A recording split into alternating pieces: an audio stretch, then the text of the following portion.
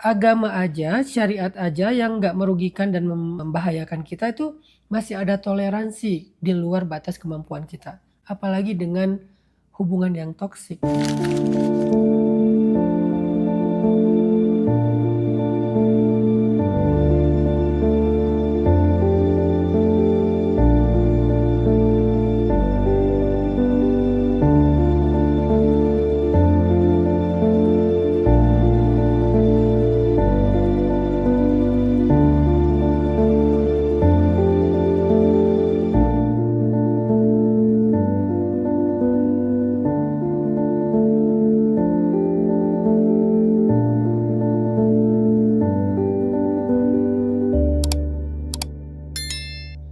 Buat teman-teman yang sedang berada di dalam sebuah hubungan yang rasanya tuh capek banget, nyakitin, tapi kalian masih tetap bertahan.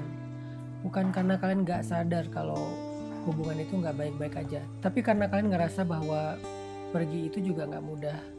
Kadang yang bikin kalian bertahan itu bukan lagi tentang rasa cinta, tapi sebuah harapan ya kayak masih berharap dia bisa berubah menjadi lebih baik. Atau bahkan mungkin karena takut kalau nanti harus sendiri akan seperti apa hidup kalian. Kadang ngerasa berat juga ya, kayak kalian udah ngalah, kalian udah bersabar, tapi masih punya rasa bersalah gitu.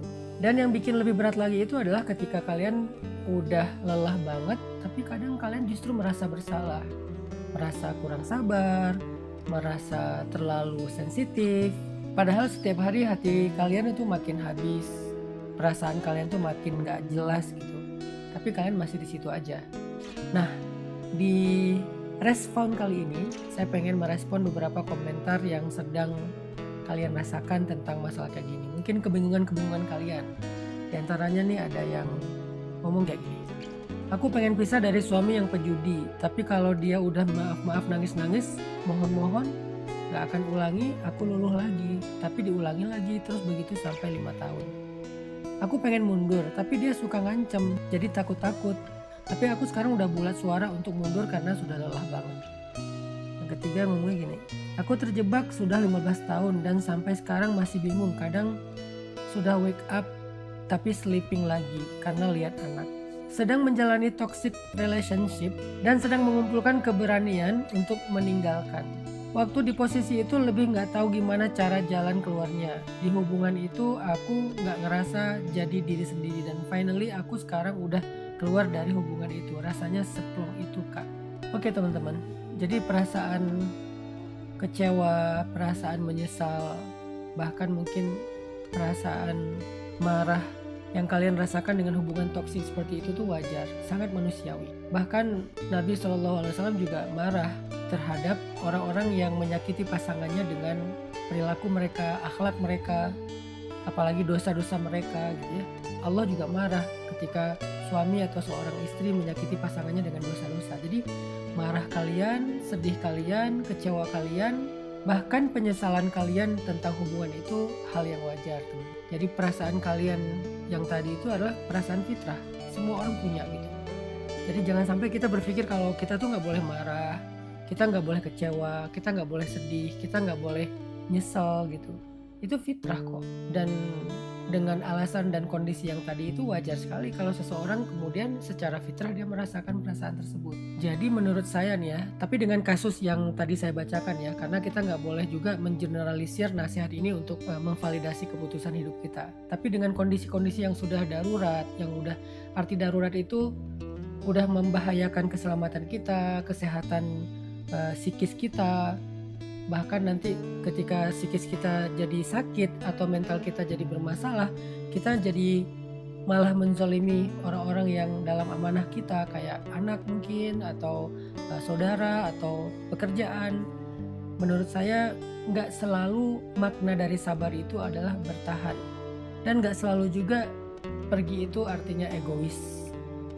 Dan Islam lagian gak pernah ngajarin kita untuk terus membiarkan diri kita terluka dan dilukai. Kan kata Nabi juga, tolonglah saudaramu yang zalim dan yang terzalimi. Arti menolong yang zalim itu ya mencegah dia dari kezaliman. Sedangkan yang terzalimi ya dihindarkan dia dari kezaliman. Jadi artinya gak boleh juga kita membiarkan diri kita terus-terus dizalimi oleh pasangan kita sendiri. Apalagi dengan kezaliman yang KDRT, perselingkuhan, perbuatan dosa besar kayak judi, pinjol yang membahayakan bahkan keluarga besar, bukan hanya keluarga kecilnya. Sabar tidak harus selalu bermakna bertahan dalam hubungan yang toksik, tapi bisa juga sabar menerima ujian itu dalam hidup kita, menerima pasangan toksik itu sebagai sebuah musibah. Bukan berarti kita membiarkan dia, tetapi kita menerima di sini artinya ridho, bahwa saya punya pasangan toksik, ya udah ini adalah ujian dari Allah untuk saya, ya udah saya bersabar, artinya saya terima ketentuan Allah. Tapi bukan berarti kita ada di situ terus. Sama kayak orang misalnya ketika diuji dengan sebuah kerugian dalam sebuah pekerjaan lah ya, dalam sebuah bisnis kan, bisnisnya itu udah nggak sehat, bisnisnya itu penuh dengan manipulasi dan penipuan. Maka sabar bukan berarti kamu bertahan di bisnis yang udah zalim itu. Sabar artinya ya udah, ujian yang kamu terima, yang kamu dapatkan itu kamu terima, tapi kamu harus pergi dari transaksi yang zalim supaya kamu nggak terus-terusan tersakiti. Itu makna sabar. Karena banyak orang di luar sana berpikir kalau yang sabar itu harus bertahan di situ.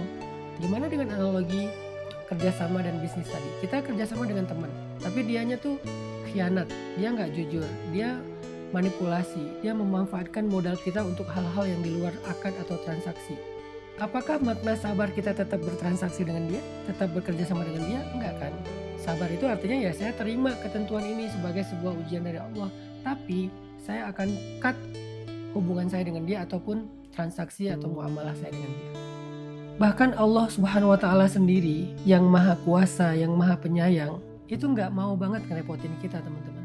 Padahal yang dimaksud dengan ngerepotin ini adalah memberikan syariat, perintah, larangan, halal, haram. Tapi itu aja Allah masih menggunakan ayat yang santun sekali, di mana Allah Subhanahu wa Ta'ala berfirman di akhir surat Al-Baqarah, la yukallifullahu nafsan illa wus'aha. Allah tidak akan membebankan seorang hamba dengan apa yang di luar batas kemampuan dia. Artinya syariat saja yang insya Allah nggak mungkin menyakiti kita, nggak mungkin mengganggu kita, nggak mungkin merugikan kita, itu aja Allah masih ada tolerirnya. Kalau kita nggak mampu jangan dipaksain, nggak mampu puasa ya udah diqadha atau bayar fidyah, nggak mampu sholat tepat waktu ya udah nanti di jamak qasar karena safar, nggak mampu zakat ya udah sedekah, nggak mampu haji ya udah umroh, nggak mampu umroh ya udah sholat syuruk yang pahalanya sama dengan umroh atau nggak sama sekali. Agama aja, syariat aja yang nggak merugikan dan membahayakan kita itu masih ada toleransi di luar batas kemampuan kita. Apalagi dengan hubungan yang toksik. Kalau kita udah nggak mampu dan ini emang benar-benar menyakiti kita, anak-anak kita, atau menyakiti banyak orang di dalam kehidupan kita, ya sudahlah. Ini bukan egois, ini bukan nggak sabar, tapi ini adalah maslahat terbaik yang kita bisa pertahankan. Sedangkan tentang ketakutan seseorang setelah dia pergi, kadang-kadang kan terutama perempuan ya, ketika dia pergi dia takut sendiri nanti gimana, nggak ada yang nafkahin bla bla bla. Allah merespon ya, Allah merespon kegalauan dan ketakutan mereka di surat At-Talaq. وَمَنْ يَتَّقِ اللَّهَ يَجْعَلْ لَهُ مَخْرَجًا وَيَرْزُقْهُ مِنْ حَيْثُ لَا يَحْتَسِبُ.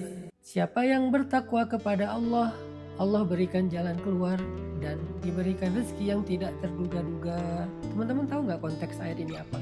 Ini konteksnya perceraian. Jadi Allah seolah-olah mengencourage atau mungkin meneguhkan hati perempuan yang dizolimi oleh suaminya atau suami yang dizolimi oleh istrinya.